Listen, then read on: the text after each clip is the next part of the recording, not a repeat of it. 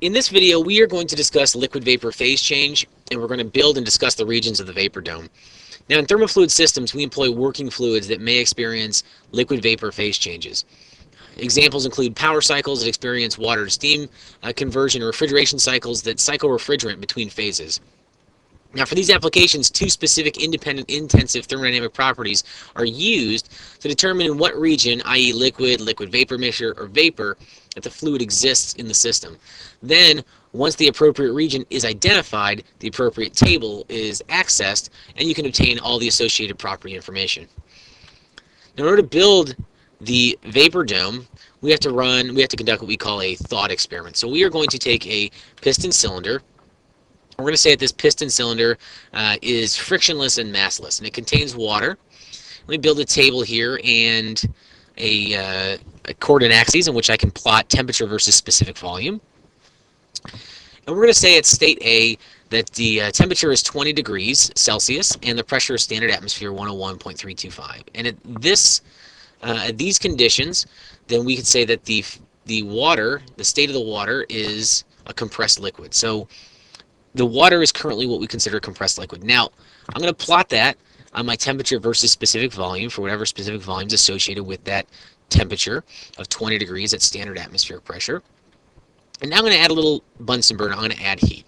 And as I add heat, the pressure is going to stay constant because the only thing applying pressure on that liquid is that of the atmosphere, since the piston cylinder we said is massless and frictionless.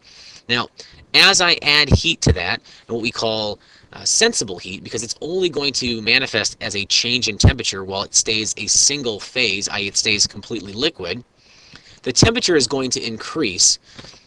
And the specific volume, because all the molecules are getting excited, they're getting spread further and further apart, and the pressure remains constant, that means the specific volume must increase.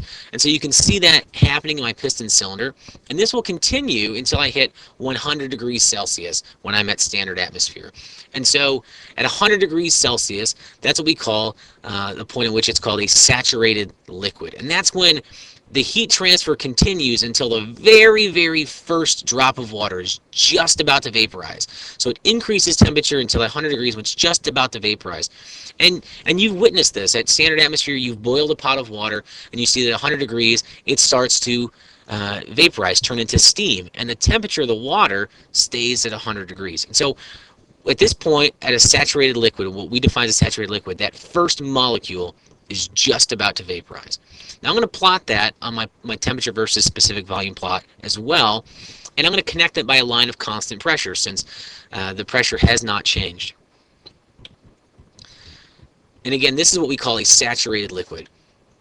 So now as I continue to add heat, you can see that the pressure remains constant, but now the temperature also remains constant. And you can see that I have actually had a phase change as the liquid is gradually changing phase into a vapor. You know, when you boil water, it doesn't just instantly turn into steam. Steam starts to roll off of the boiling liquid. That's exactly what's happening inside my closed system.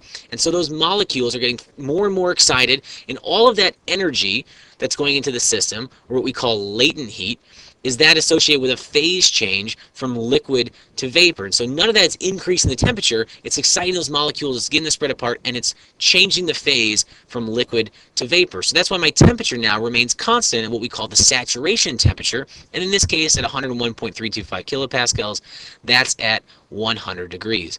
Now, that will continue to increase the specific volume, as you can imagine, even though temperature and pressure remain constant, because those gas molecules are farther and farther apart, they're more and more excited, so it's going to continue to expand with nothing but the atmosphere pushing down since our piston cylinder is massless. Now, this continues until I hit point C, which is what we call a saturated vapor. At point C, we're still at 100 degrees, we're still at atmospheric pressure. At that point, the very last water molecule has changed phase from liquid to vapor, and that is what we call a saturated vapor. Now that all the liquid has changed phase, we have all that latent heat now has changed phase, and that the latent heat required from point B to point C, or from a saturated liquid to a saturated vapor, is what we call latent heat of vaporization. Now that all of that has turned into vapor, any additional heat that I add, of course, will continue to increase the temperature. And I can continue to increase the temperature And that vapor is going to continue to expand and continue to increase the specific volume. And this is what we call a superheated vapor. This continues beyond 100 degrees. The temperature is now going to increase because all that heat is now going to manifest itself as an increase in temperature because the molecules have already changed phases. And if I plot a line of constant pressure at that point, and I'm going to mark that as a constant pressure line at 101.325 kilopascals, I have completed one portion of my thought experiment. Now, I can reverse the experiment by taking the heat off. So if I turn that Bunsen burner off, and I assume that the temperature outside is still as it was at 20 degrees Celsius, let's say, and I let this cool, it'll cool in the exact reverse order. So the temperature will decrease, and the specific volume will decrease as those molecules come closer and closer together, as they become less and less excited. And you can see on my diagram that my specific volume decreased and my temperature decreased on the same path in which it increased at that constant pressure. Until, of course, it reaches the saturated vapor point. At the saturated vapor point now, we're back at my saturation temperature. It's going to continue to lose heat to the environment, but the temperature stays at that saturation temperature of 100 degrees. The specific volume continues to decrease even though the temperature now is constant and the pressure is constant because we're conducting a phase change again. And so this is what we call the, from point C to point B, be the latent heat of condensation. So all that vapor is turning into a liquid or condensing. And so this continues to point B, again to our saturated liquid point, where now the very last vapor has condensed into a liquid. And now we are back at the point where everything is liquid, and we are a saturated liquid once again. Now any additional heat lost will cause a decrease in temperature and a decrease in specific volume until we return to our original point of a compressed liquid. Now, to complete this thought experiment, I could do this again. So I'm going to make another table, and now I'm going to keep that current graph that I had up there, and what I'm going to do differently is I'm going to add a mass on top of that piston cylinder. So now instead of a massless piston cylinder, I've added enough mass, let's say that at this temperature of 20 degrees Celsius, I've increased the pressure that's pushing down the liquid to 1,000 kilopascals or 1 megapascal. And I plot that on my chart, and you can see that it has a lower specific volume for the same temperature because it's being compressed than point A. So point E is left of point A, even though it's at the same temperature. That has not changed, but the specific volume is less. Now, I'm going to do the same exact process. I'm going to add heat. And as I add heat into the system, or sensible heat, because it's going to stay the same phase, it's going to stay a liquid, the pressures are going to remain constant, the temperature is going to increase, and the specific volume is going to increase. But you can see because I'm under a greater pressure, I have to increase to a greater temperature. And at point F, I become a saturated liquid. That's my saturated liquid point for this constant pressure of 1,000 kilopascals. So you can see, if you want to compare it to boiling, the very first molecule is just about to vaporize or just about to turn into steam. But now, because of that higher pressure, that doesn't occur until 179.9 degrees Celsius for water.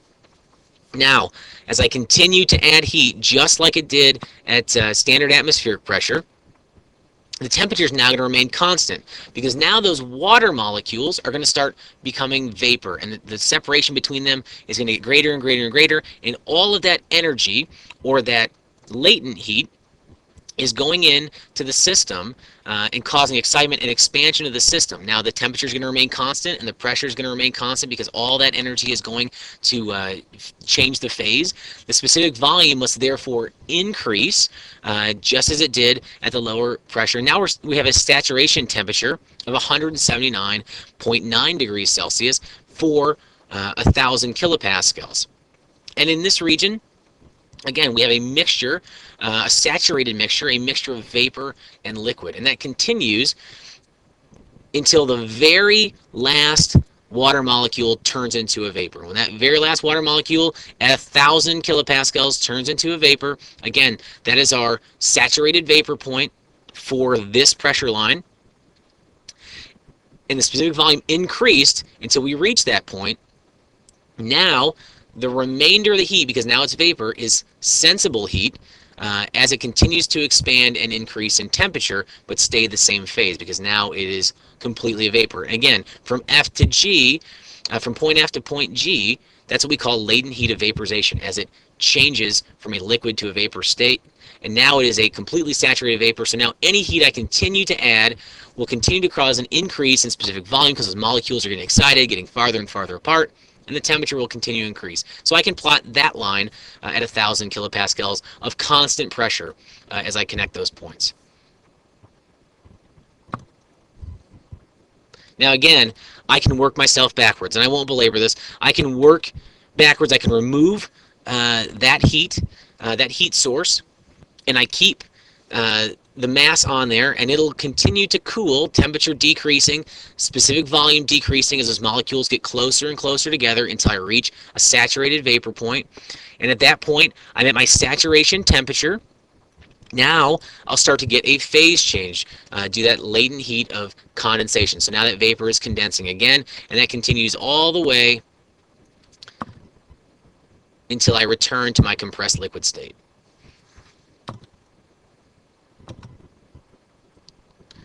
Now, if I repeated this experiment incrementally at every incremental pressure over and over and over again, I could build up these lines of constant pressure, and then looking at their saturated liquid points and their saturated vapor points, I could, and this is me adding all these masses and repeating this cycle over and over and over again, I could then connect all of these, on the left-hand side, all of the dots that represent the saturated liquid points for each respective pressure, and then on the right hand side all of the saturated vapor points for each individual pressure, each constant pressure. And this is the vapor dome. So let's take a look at this vapor dome. Let's isolate it. Let's get rid of the thought experiment. Let's blow it up so we can see it a little bit better, and let's talk about the regions of the vapor dome. Now, I'm going to get rid of the lines of constant pressure. We'll bring them back here in a little bit, but let's get rid of those lines, and let's just take a look just at the vapor dome. Now, on the left line, or prior to the what's called saturated liquid line, at those temperatures, at those pressures, at those specific volumes, we are in the phase of liquid or compressed liquid region. So our fluid, water, would be a compressed liquid in that region of the graph, at those temperatures, pressures, and specific volumes. Underneath my vapor dome, where I'm at those saturation temperatures, where I have a mixture of vapor and a mixture of liquid, that's called the saturated mixture region. Until I reach the point where I have saturated vapor line, at which my very last liquid molecules turn into a vapor, that's the saturated liquid line. And then beyond that, at those temperatures, specific volumes, and I'll show you can plot that against other properties as well, and those associated pressures, you are in the superheated vapor region. And this is on page 4-6, figure 4.4 in your textbook if you want to look at it. Now, you're probably wondering yourself, hey, what's that point at the top? Because this is a curve. You said what's underneath the curve, but didn't say what's above the curve. And that point at the top, where we start to descend or reconnect the saturated liquid line and the saturated vapor line, is what we call the critical point. And the critical point is interesting because at the critical point, there can exist no mixture of compressed liquid or of superheated vapor. And so at that point, it can exist either as one or the other, but neither can coexist, and this is not an equilibrium, so it could change phases.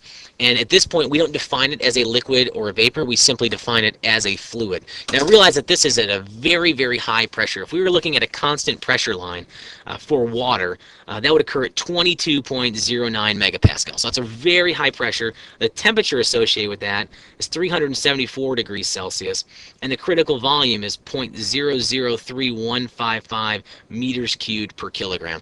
So those values are what we call the critical temperature, critical pressure, and critical volume. And anything that exists beyond that, we would just call that substance a fluid. And if you're interested, see your instructor can give you more information on that, but we won't deal with pressures or temperatures that are that high.